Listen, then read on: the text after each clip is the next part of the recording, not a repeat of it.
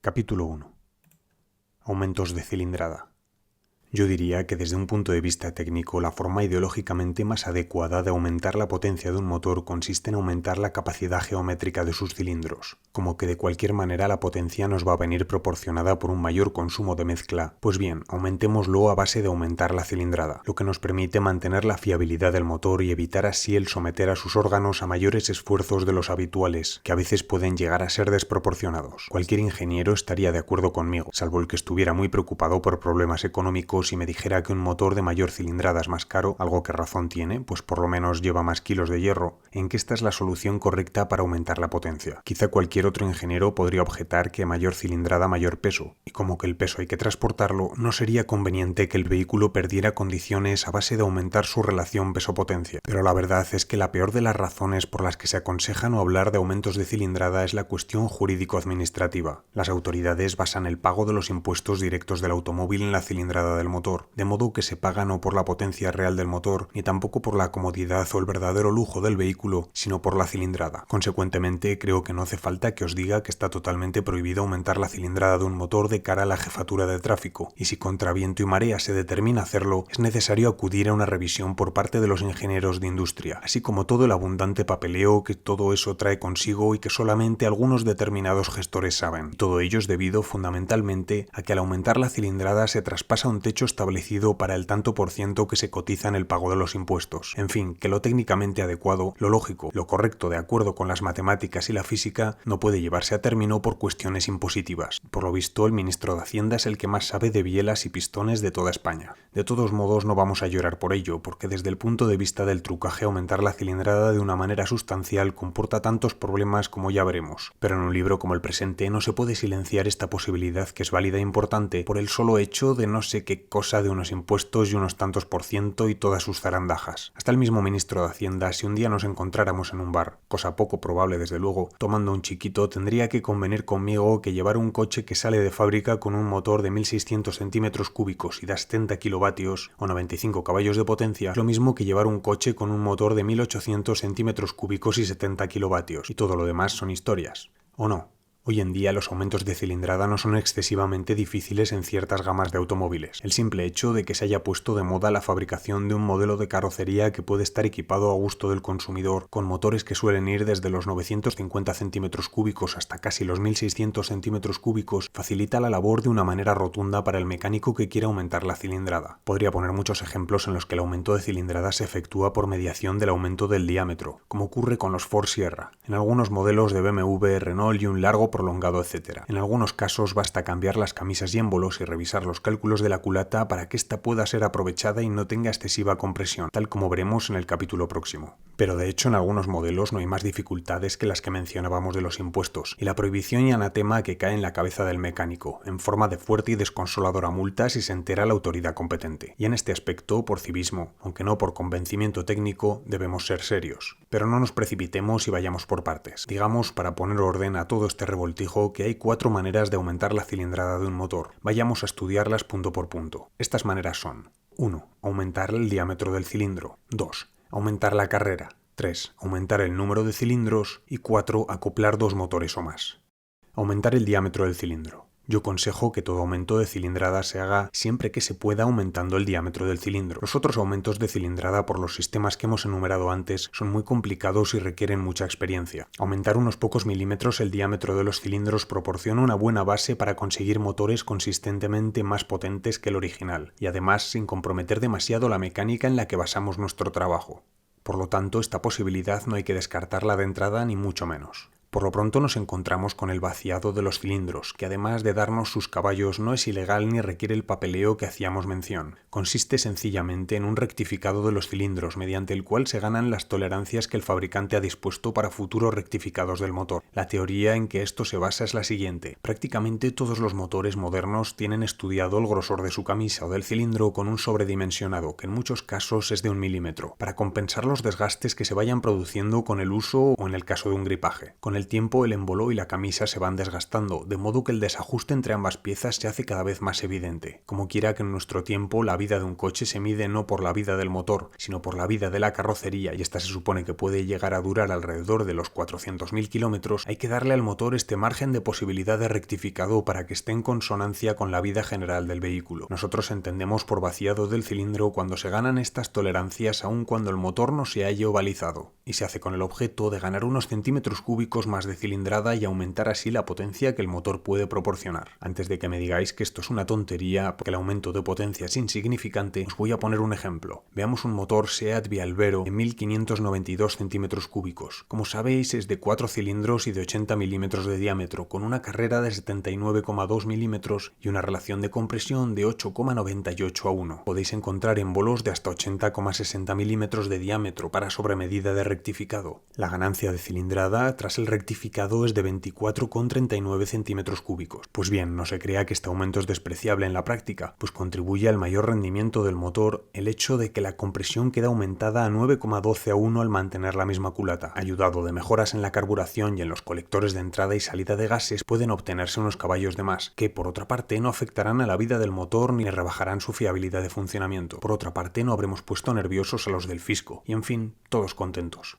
Hay muchos cilindros que permiten superar rectificados de 1 milímetro a todo su alrededor, con lo que se logran 2 milímetros en el aumento del diámetro. En estos motores la ganancia empieza ya a ser muy sustanciosa, pero el problema está en encontrar émbolos que, siendo del peso requerido, del mismo material, que actúe en relación a sus dilataciones del modo que está calculado en el circuito de refrigeración y que tenga el mismo diseño para permitir el libre juego de las válvulas, y que tengan a su vez el diámetro requerido. En este caso, el motor Bialbero, por ejemplo, se puede pasar al émbolo de 84 milímetros que corresponde al motor FC, de 1800 centímetros cúbicos, pero las paredes del cilindro tendrán que ser rebajadas el doble, es decir, 2 milímetros, lo que representa 4 milímetros de diámetro. En este caso, y como podéis comprobar si hacéis números utilizando la fórmula que he dado al principio, la cilindrada queda en 1755,63 centímetros cúbicos, ya que seguimos manteniendo la misma carrera de 79,20 milímetros y el 1800 original tiene una carrera de 81 milímetros. Si aprovechamos la culata, nos vamos a una relación de compresión de 9,80 a 1. Todo esto utilizando émbolos del tipo GS, como se ha dicho.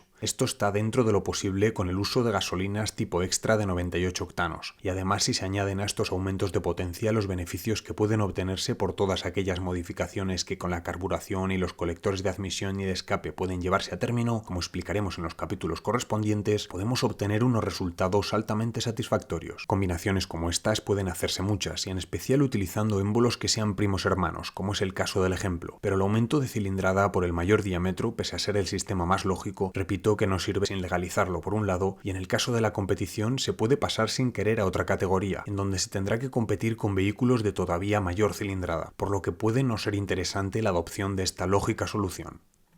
Aumentar la carrera. Estoy seguro que con el solo enunciado de este apartado de capítulo vosotros ya sabéis a qué me refiero. Aumentar la carrera es sencillamente hacer que el émbolo suba y baje más milímetros de los habituales en su motor. Esto es relativamente difícil de hacer para un mecánico, pues requiere rediseñar muchas piezas de compromiso, y en principio se escapa de nuestras posibilidades a menos que trabajemos cambiando bloques y cigüeñales por otros de la misma familia. Con lo que nos cargamos el número de referencia del motor, volvemos a caer en las garras del fisco al modificar la cilindrada, etcétera, etcétera. Pero bien, de todo esto hablaremos más adelante. Y ahora quiero que nos fijemos en algo que es fundamental, yo diría que muy importante para el mecánico dedicado al trucaje. Os voy a proponer un juego, ¿qué os parece? Este juego podéis hacerlo ahora o cuando no tengáis trabajo. Además es un juego al que por otra parte debéis acostumbraros si de verdad os queréis dedicar al trucaje, puesto que para tener un mediano éxito en esta profesión se necesita estar muy al corriente de las características técnicas de todos los motores que se están fabricando en el mundo. Pero vayamos al juego. Consiste en que tengáis a la vista esos libros catálogo que se editan anualmente donde están reseñadas las principales características técnicas de todos los motores y automóviles de fabricación mundial. Cuando dispongáis de un rato de tranquilidad o estéis viendo en la tele algo que os interese relativamente poco, comenzáis a comparar motores.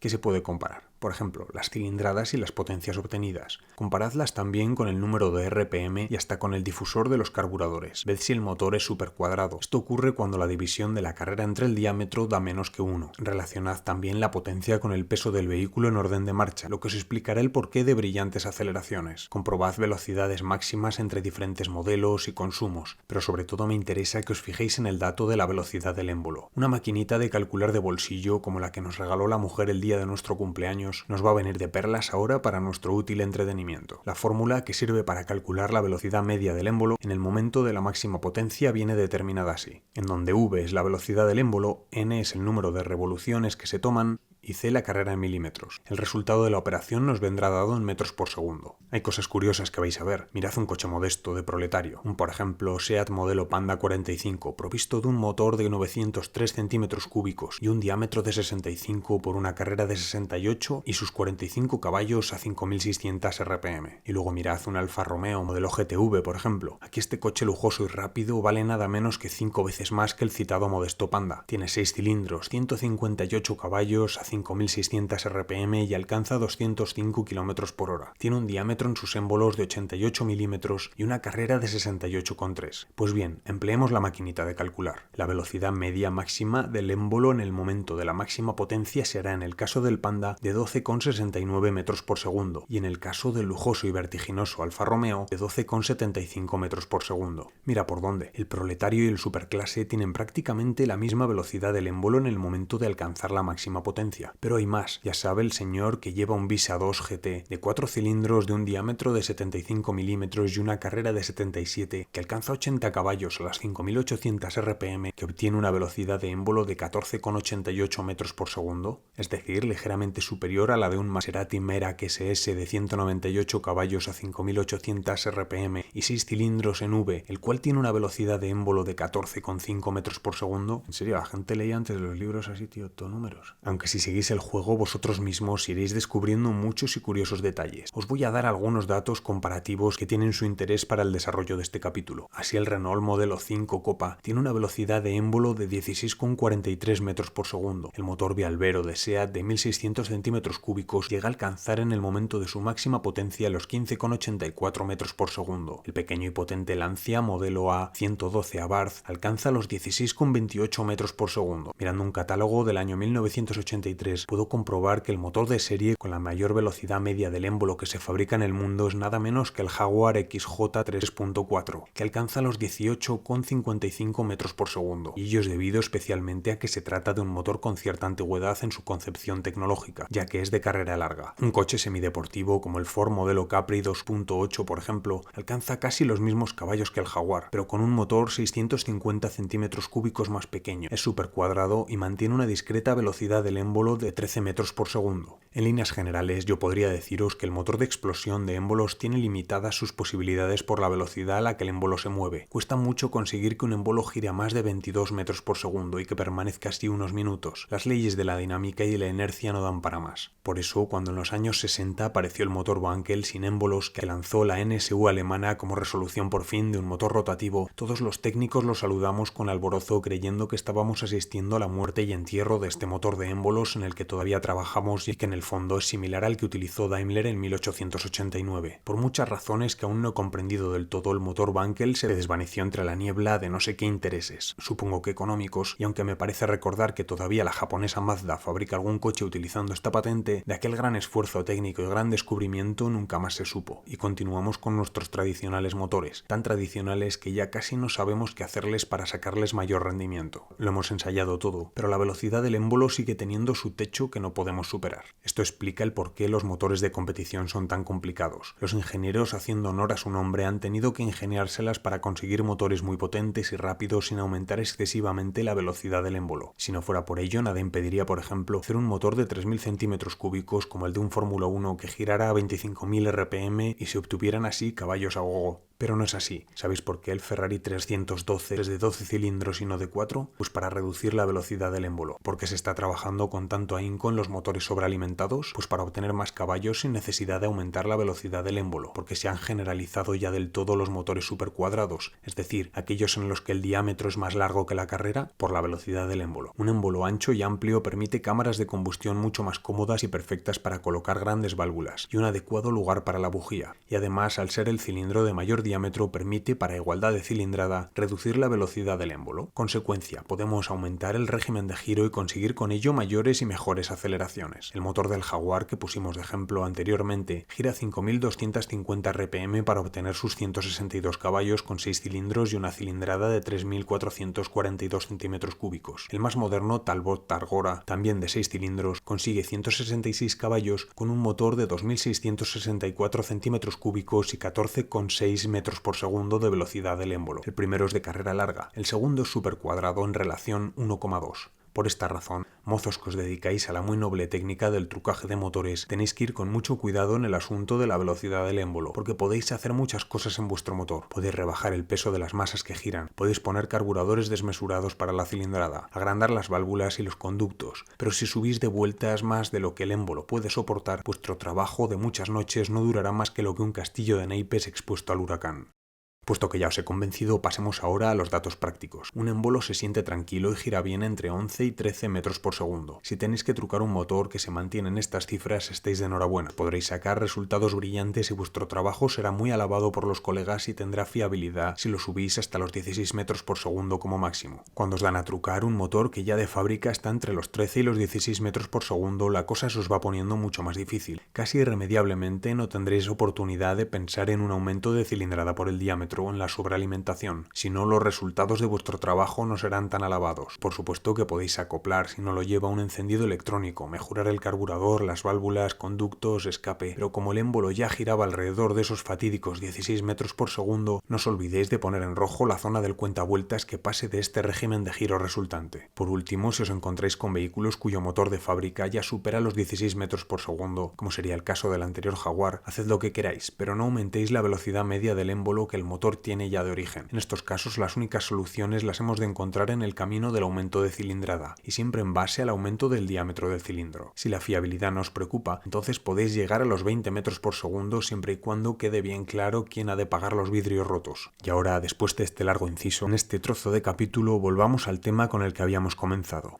Hablábamos de que una de las posibilidades del aumento de cilindrada era, en teoría, el aumento de la carrera del émbolo. Bien, ya habéis visto lo que pasa con la velocidad media máxima del émbolo. En un momento en el que la técnica de los motores progresa en virtud de disminuir las carreras, parece muy claro que estaría muy fuera de lugar querer aumentar tontamente la velocidad del émbolo en base a aumentar su recorrido. Por lo tanto, no veo yo en qué caso podría ser interesante este trabajo, pero es que además requiere aumentar la longitud del bloque con respecto al lugar donde ya está ubicado el cigüeñal y, por supuesto, disponer de una biela más larga tal y como lo vimos antes. En general, el aumento de la carrera solamente puede aceptarse en aquellos casos en que se requiere un aumento de la cilindrada considerable y se une al aumento máximo posible del diámetro del cilindro con unos milímetros ganados también por medio de la carrera. Estos trabajos solamente pueden hacerse en aquellos casos en que podamos tratar con motores primos hermanos, como lo son, por ejemplo, la familia de los SEAT 1600, 1800 y 2000 centímetros cúbicos, pero no así cuando tengamos que fabricar piezas especiales para el acoplamiento, pues un mecánico de trucaje se supone que no dispone de medios adecuados para hacer el trabajo de un preparador de competición, financiado por algún grupo importante, ni en materiales ni en maquinaria. Creo que no es posible hablar más de este asunto, pero no os olvidéis en lo sucesivo lo que es y lo que representa la velocidad del émbolo.